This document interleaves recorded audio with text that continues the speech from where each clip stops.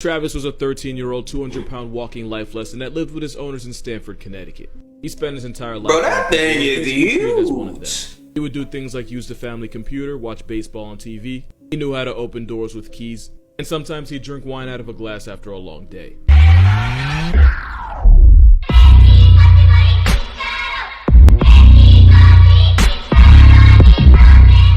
What's poppin', man? Hey, look, man. Say, man, what's poppin'? What's goody? Good with y'all, boys. Look, man, we got another video for y'all. It's called The Terrifying Truth About Chimps by Geographic, man. You dig what I'm saying? Hey, I used to watch him on TikTok when I used to watch TikTok, bro.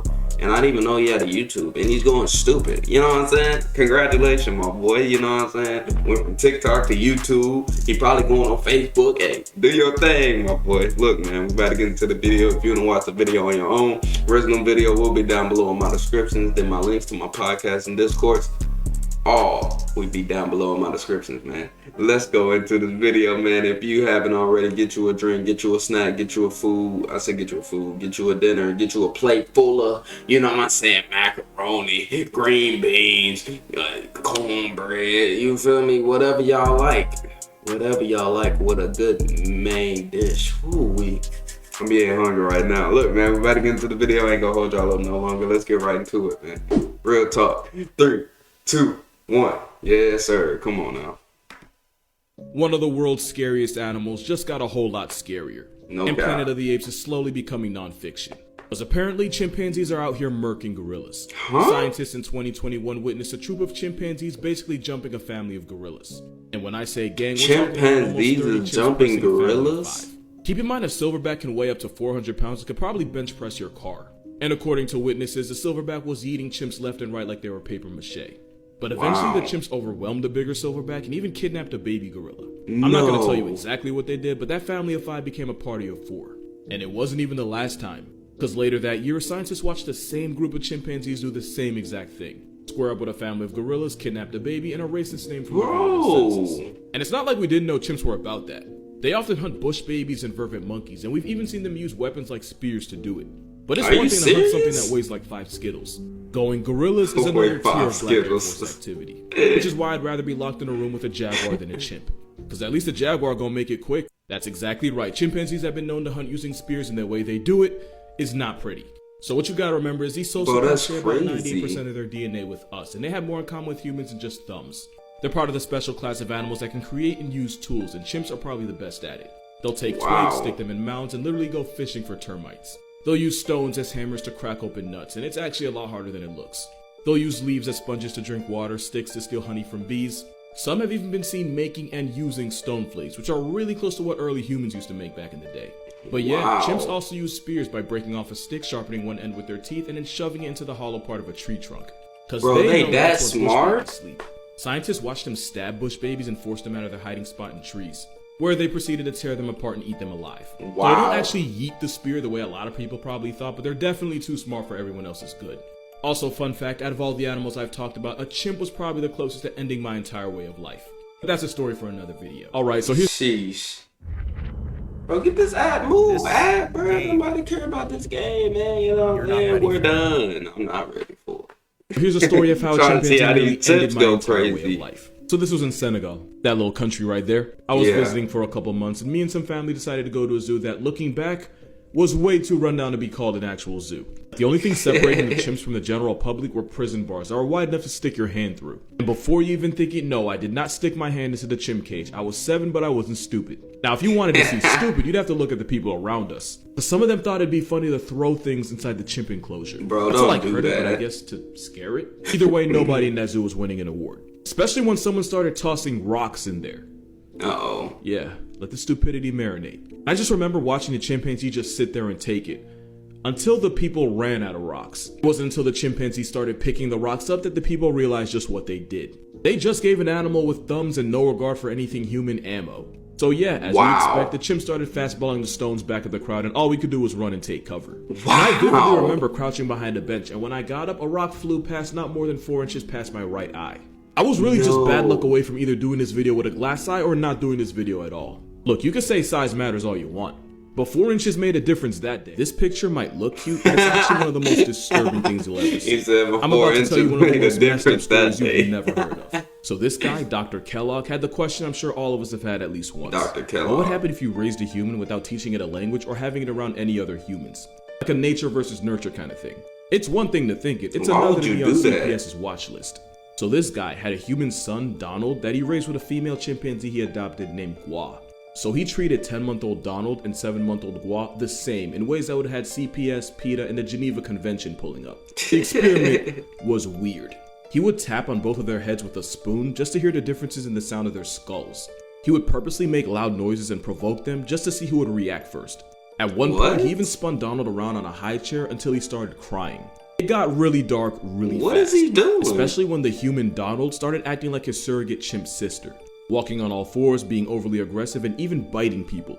It's a shame the Pikachu meme didn't exist back then. Donald would bark like Gua when he wanted food and refused to walk on 2 feet even though he could. Eventually, the man who somehow graduated with a doctorate in psychology from Columbia realized that he was ruining his son. So he called the experiment off. The chimpanzee that they treated like a daughter as part of their family. Yeah, they packed her up and sent her away to be part of another experiment, where she was unalive by pneumonia a few months later. As for Donald, he grew to be an adult and eventually became a doctor, until he deleted himself at the age of 42. And to add insult to whatever seasoned hell this was supposed to be, if you go over to Dr. Kellogg's Wikipedia, he was described as a guy who had no tolerance for those who were unethical. Moral of this video, Thanos should start a GoFundMe. I'm starting to think he was onto something. Bro, some stories just make you want to go off the himself grid and at avoid 44. humanity completely. And while that may not be an option for you, with NordVPN, your internet can. Yeah, not my best transition. I'll be better. NordVPN creates encrypted tunnels to observe the world without having to worry about. Don't do that to me. America loves in the land down under without also having how dangerous toilets are. And you never have to feel like you're giving whatever that. So to protect your data graphic, don't do that to me, bro. I'm just here to see Sounds like common chimpanzee. sense, but apparently it's not that common. Travis was a 13-year-old, 200-pound walking life lesson that lived with his owners in Stamford, Connecticut.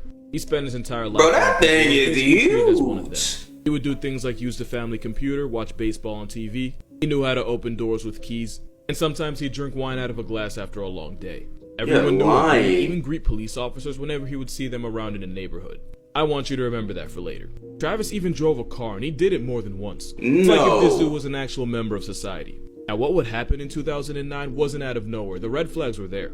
He once climbed out of his owner's car and held up traffic for hours looking for a man that threw an empty bottle at the car. And there was one incident where Travis bit a woman's hand and tried to drag her into a car. But none of that was as bad as 09.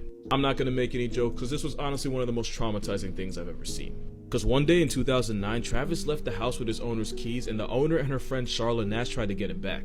The only problem was Nash used his Tickle Me Elmo to try to bribe him back into the house. And seeing someone else hold his Elmo pissed Travis all the way off. Travis brutally mauled Nash, tearing out her face and limbs and not even stopping when his owner hit him over the head with a shovel. And as the attack got worse, his owner had no choice but to literally stab him in the back.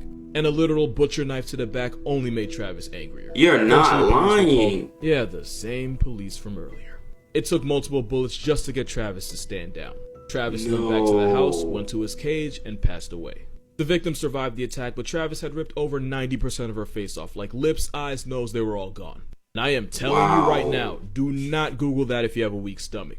Those pictures personally f***ed me up for days when I first saw it. At the time, we didn't really know what set Travis off. Some sources said it was because Charlotte Nash was holding his Elmo. Others say it was because Nash had a different hairstyle that day and that freaked him out. But a toxicology report confirmed that Travis the chimpanzee had Xanax-laced tea the day of the attack. Xanax-laced tea. But then she died of an aneurysm just a year later. It was just bad for everyone involved. But at the end of the day, the lesson here is the chimpanzee never went crazy. The chimp just went chimp. This man was attacked by an animal with a name that might just get me canceled. This is the work of Trombiculidae. But they're also known as, guidelines you better not homie, chiggers. Bro. Join Fitness Connection with the Unreal Deal. I can't Just deal 10 with down them, bro. and 10 a month. You get more amenities.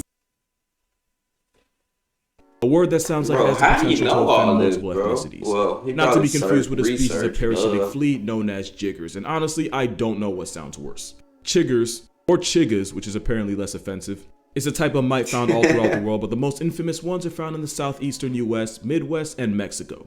I low-key forgot the warning, so if you don't like bugs, this might not be the video for you. Cause chiggas don't really bite, they'll actually just burrow themselves into your skin, make a little hole, and then spit out enzymes that break down skin cells. What? Which is exactly where the swelling and irritation comes from. The worst part is, you usually don't start itching until after the larvae falls off you. It's like you're not allowed to suffer until they're done with you. And once they are, they fall to the ground where they end up becoming their harmless adult forms.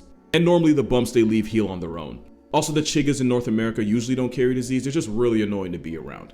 But yeah, I can't tell you who named them, but I can tell you they did not have a good home life. And I feel like someone owes me reparations for making me say it. So somebody sent me this, and I actually think there's a right answer here, but first, I'm actually curious, which one would you choose? Like, which one do you think you'd have the best shot with? In order to receive $37 million, you have to survive 37 million. Rhinos have really bad eyesight and even worse anxiety. Mostly because they have to share a zip code with animals that would literally eat them balls first.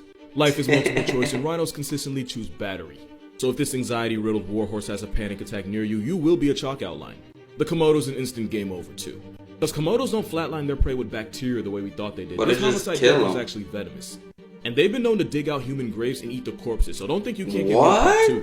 One bite and it's credits, and there's nowhere in the apartment you can go where this 10-foot leather assault weapon can't get to you. Now the jaguar is actually an interesting one. Jaguar attacks on people are really rare. They're usually in self-defense. So you'd actually have a better chance of surviving in a room with a jaguar as long as you don't provoke it or do anything to make him think you're food. However, jags are solitary, and in a one-bedroom apartment, if that jaguar feels like you're in its space, bro, that's scary, bro. Which is why your best shot is actually with the gorilla. They're natural pacifists that won't waste the calories attacking something that they don't view as an immediate threat to them. So as long as you don't look him in the eye, or smile at him unless you're trying to be Harambe's roommate, your best chance at winning and, living is with the gorilla. I want to show y'all something. So I made a video on this, and a lot of people are commenting how they choose the Komodo since all they'd have to do is climb a counter, just wait there for 37 minutes. Some even said they can manhandle the leather assault weapon if they needed to. But you can't manhandle that, bro. 10 feet long. I'm not going to mention the fact that young Komodos can climb trees. And I'm certainly not going to acknowledge the fact that out of all the animals here, Komodos are the only ones that will actively eat humans.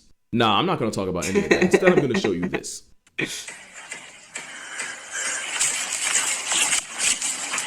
Bro, that's Godzilla. Two Godzillas fighting, dog. No further comment. You can't do anything with that, bro. Real talk. What can you do with that? Nothing. Nothing, bro. Hey, man, if you enjoyed that video, man, about chimpanzee, man, give it a like, give it a subscribe if you're new, man. I'm out of this thing. Y'all stay blessed, stay positive. Like always, man, take care of yourself. Real talk, take care of yourself. And I'm out. Deuces.